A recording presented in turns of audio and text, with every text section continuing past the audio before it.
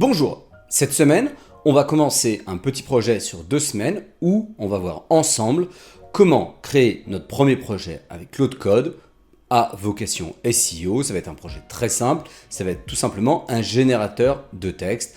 Ce qu'on va faire, on va essayer de le faire un petit peu différemment d'un générateur de texte très basique, puisqu'on va quand même aller scraper la SERP, mais ça va rester un générateur de texte très basique afin que le projet ne soit pas trop complexe pour les vidéos.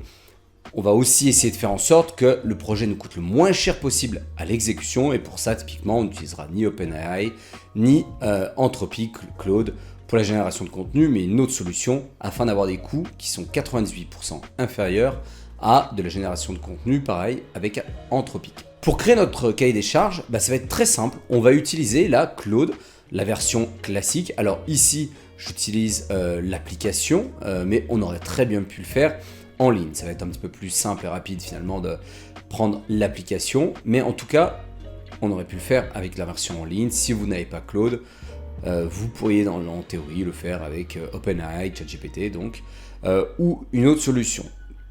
Ici, on va se contenter du modèle Sonnet 4.6 parce que le projet n'est pas très complexe, mais si ça avait été un projet un peu plus complexe, on aurait pris la version Opus.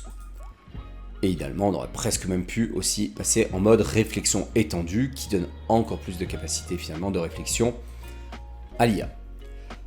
Pour faire un bon cahier des charges, la première des choses, ça va être tout simplement de lui expliquer en français les grandes lignes du projet. Okay ? Donc ici, on a dit qu'on voulait faire un générateur de contenu. On va être très simple, on va juste faire ça avec des fichiers TXT, on va même pas s'embêter à avoir une interface web. Donc, on va commencer à lui expliquer notre besoin.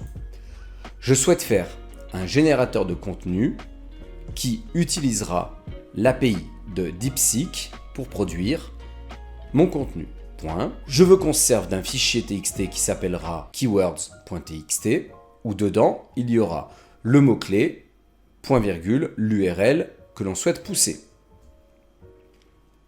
Donc là, on voit qu'il a déjà commencé à noter tout ça. On va modifier un tout petit peu notre contenu. Ok. On va essayer de lui expliquer un petit peu comment il va devoir fonctionner. Je souhaite qu'à partir du mot-clé que tu auras récupéré dans mon fichier TXT, tu utilises l'API de SEM Scrapper pour aller récupérer les 10 premiers résultats des pages de résultats de recherche de Google. Ici, qu'est-ce qu'on lui dit ? On lui dit en fait un petit peu finalement, dans notre cahier des charges, le fonctionnement qu'il va devoir faire. Donc ici, on lui dit donc qu'il récupère d'abord notre keyword, et ensuite il va utiliser une API. Alors on utilise SEM Scrapper parce que c'est la première que j'avais utilisée.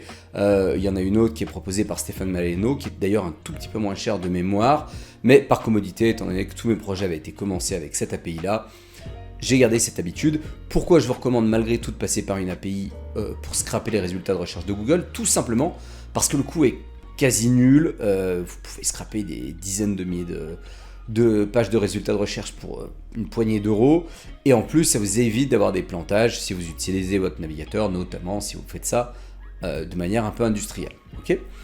Là, pour en revenir à notre projet, donc on veut générer du contenu, mais on veut essayer de lui fournir une base finalement de contenu pour que on ait un résultat un petit peu meilleur que si simplement on se basait finalement sur les connaissances de l'IA utilisée.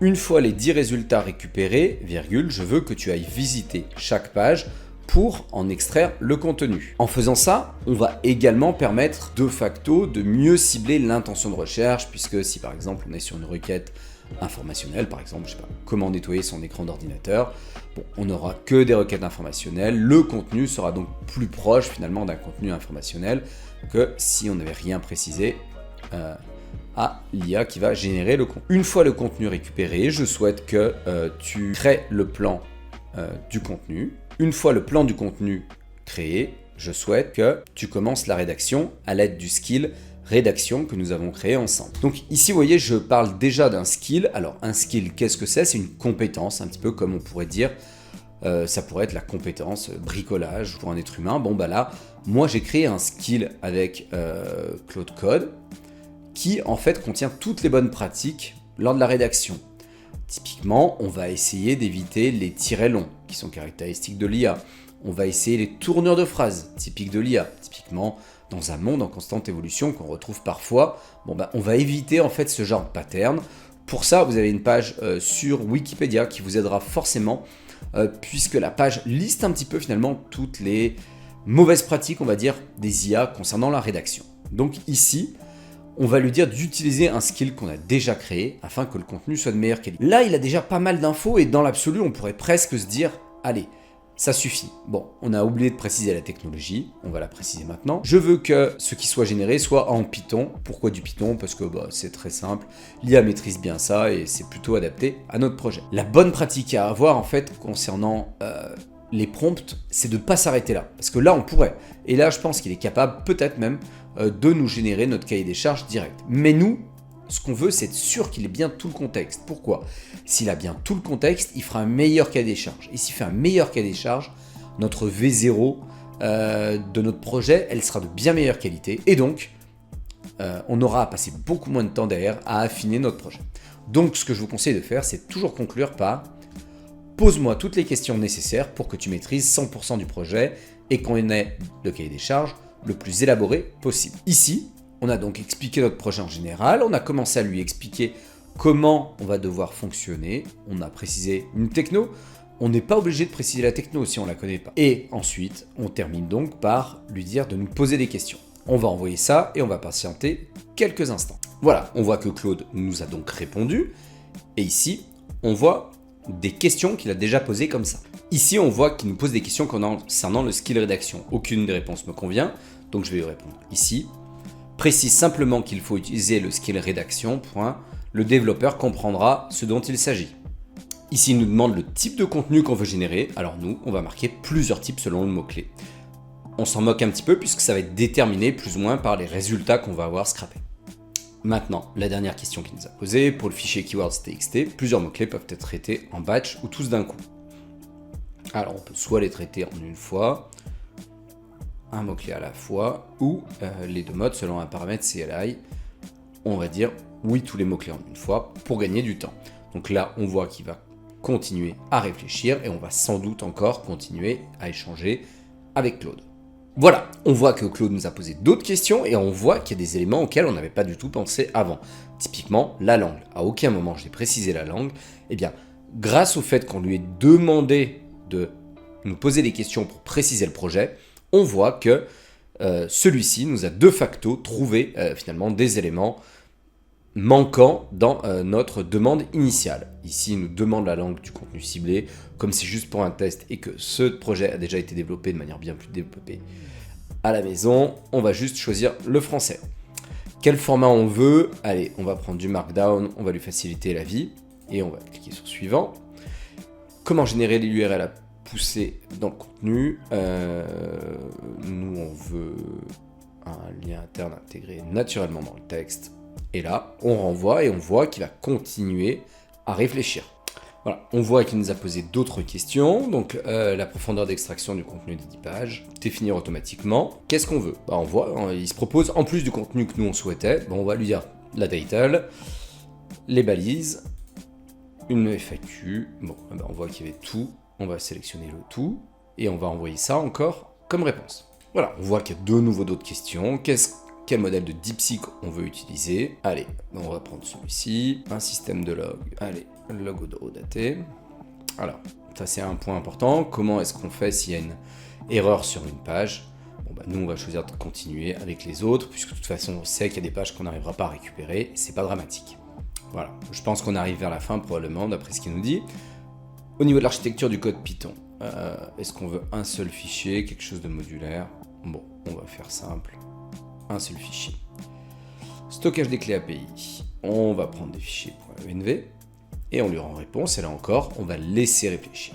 On voit qu'ici, maintenant, il nous pose des questions donc, concernant l'API pour SamScrapper. Là, on va se faciliter la vie. On va voir le site SamScrapper. Tu peux utiliser mon navigateur pour cela. OK pour le format du fichier keywords.txt. OK pour le nommage des fichiers. Donc là, on lui donne l'autorisation d'utiliser le navigateur. Alors, je ne sais plus si via le chat, il réussit ou pas, puisque j'ai l'habitude de faire ça plutôt directement dans Claude Code.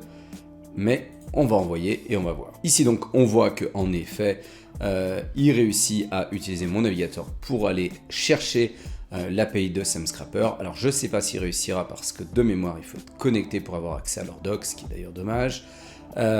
Néanmoins, s'il n'y arrive pas, je lui donnerai un document que j'avais fait moi de mon côté où j'avais récupéré toute leur doc. Donc ici on voit qu'il a bien trouvé la documentation de SemScrapper. Par contre, je l'ai arrêté. Pourquoi? On voit qu'il voulait directement commencer à coder. Donc là on va juste dire, rappel, je ne veux surtout pas que tu codes, juste que tu fasses cahier des charges.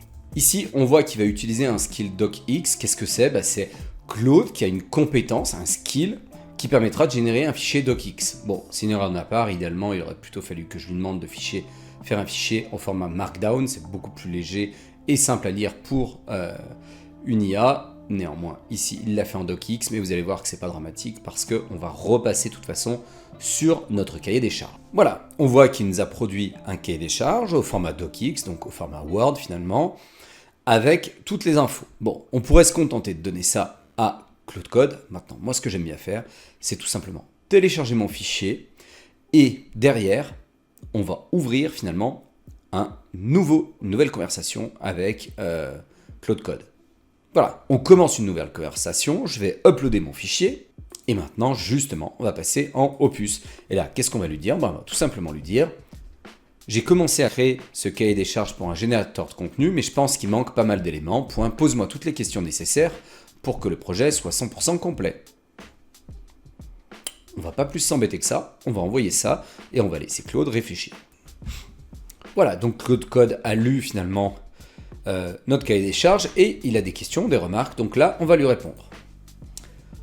Concernant le skill rédaction, virgule, mon développeur sait ce que c'est, ne te préoccupe pas de ce projet. Concernant l'URL de l'API DeepSeek, virgule, je ne sais pas, cherche en ligne et utilise mon navigateur si besoin pour la trouver. Je ne sais pas quel format utilise les API à DeepSeek, cherche en ligne. Comme vous voyez, on n'est pas obligé nous d'avoir les réponses, hein. Il suffit finalement de lui dire lui de chercher. Souvent il est un peu paresseux, de plus en plus avec le temps, j'ai l'impression d'ailleurs, ou c'est peut-être nous qui souhaitons en faire de moins en moins, mais en tout cas, n'hésitez pas à lui dire de chercher lui-même les réponses. Concernant les paramètres de température, utilise ce que toi tu me recommandes. Cherche s'il existe une limite de rate limit du côté de DeepSeek. Cherche l'URL de base de l'API de SemScrapper, ainsi que les autres éléments qui concernent SEMScrapper. Le lien interne doit apparaître une seule fois et pas plus dans l'article. Concernant le texte d'encre de lien, idéalement, il doit être le plus proche possible du mot-clé qui aura été donné, mais être intégré malgré tout de manière naturelle. Concernant les FAQ, il faudrait qu'il y en ait entre 3 et 5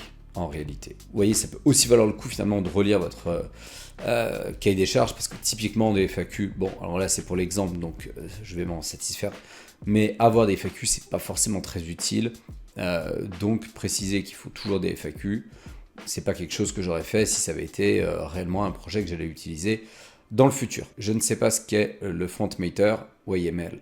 Concernant les tableaux, c'est à la discrétion de l'IA. Concernant les erreurs et la robustesse, virgule, je te laisse me recommander ce qui est le mieux. Bon, là on voit encore qu'il y a plein de questions finalement qui sont pas forcément hyper passionnantes. Bah là encore, je vais lui dire de se débrouiller. Concernant l'analyse concurrentielle, je te laisse me recommander ce qui est le mieux. Il en va de même pour l'architecture, l'exécution, la livraison et la documentation. Là, c'est un projet qui est fait vraiment à la va-vite, vous l'avez compris pour la vidéo. Si bien sûr vous faisiez le projet pour vous de manière utile, vous essayeriez de répondre de manière détaillée à chaque question en vous posant un peu la question. Essayez aussi de réfléchir si c'est un projet que vous utilisez que pour vous, sur votre machine, ou si c'est quelque chose que vous allez mettre en ligne. Typiquement sur la sécurité, là pour notre exemple, on verra la semaine prochaine lorsqu'on va réaliser le projet, ça sera uniquement un projet sur l'ordinateur, en local, donc les questions de sécurité sont bien moins importantes que si vous mettiez ça en ligne, et encore plus si vous essayez par exemple d'en faire un SaaS. Okay, voilà, on voit que Claude Code finalement nous a généré notre cahier des charges. On va essayer de se faciliter la vie pour la vidéo de la semaine prochaine. On va lui dire, fais-moi-le en Markdown. On va laisser mouliner quelques instants. Et voilà, l'ami Claude nous a donc généré notre cahier des charges au format Markdown, et dès la semaine prochaine, on verra comment utiliser ce document pour le donner à Claude Code. Je vous dis à la semaine prochaine pour la suite de la vidéo.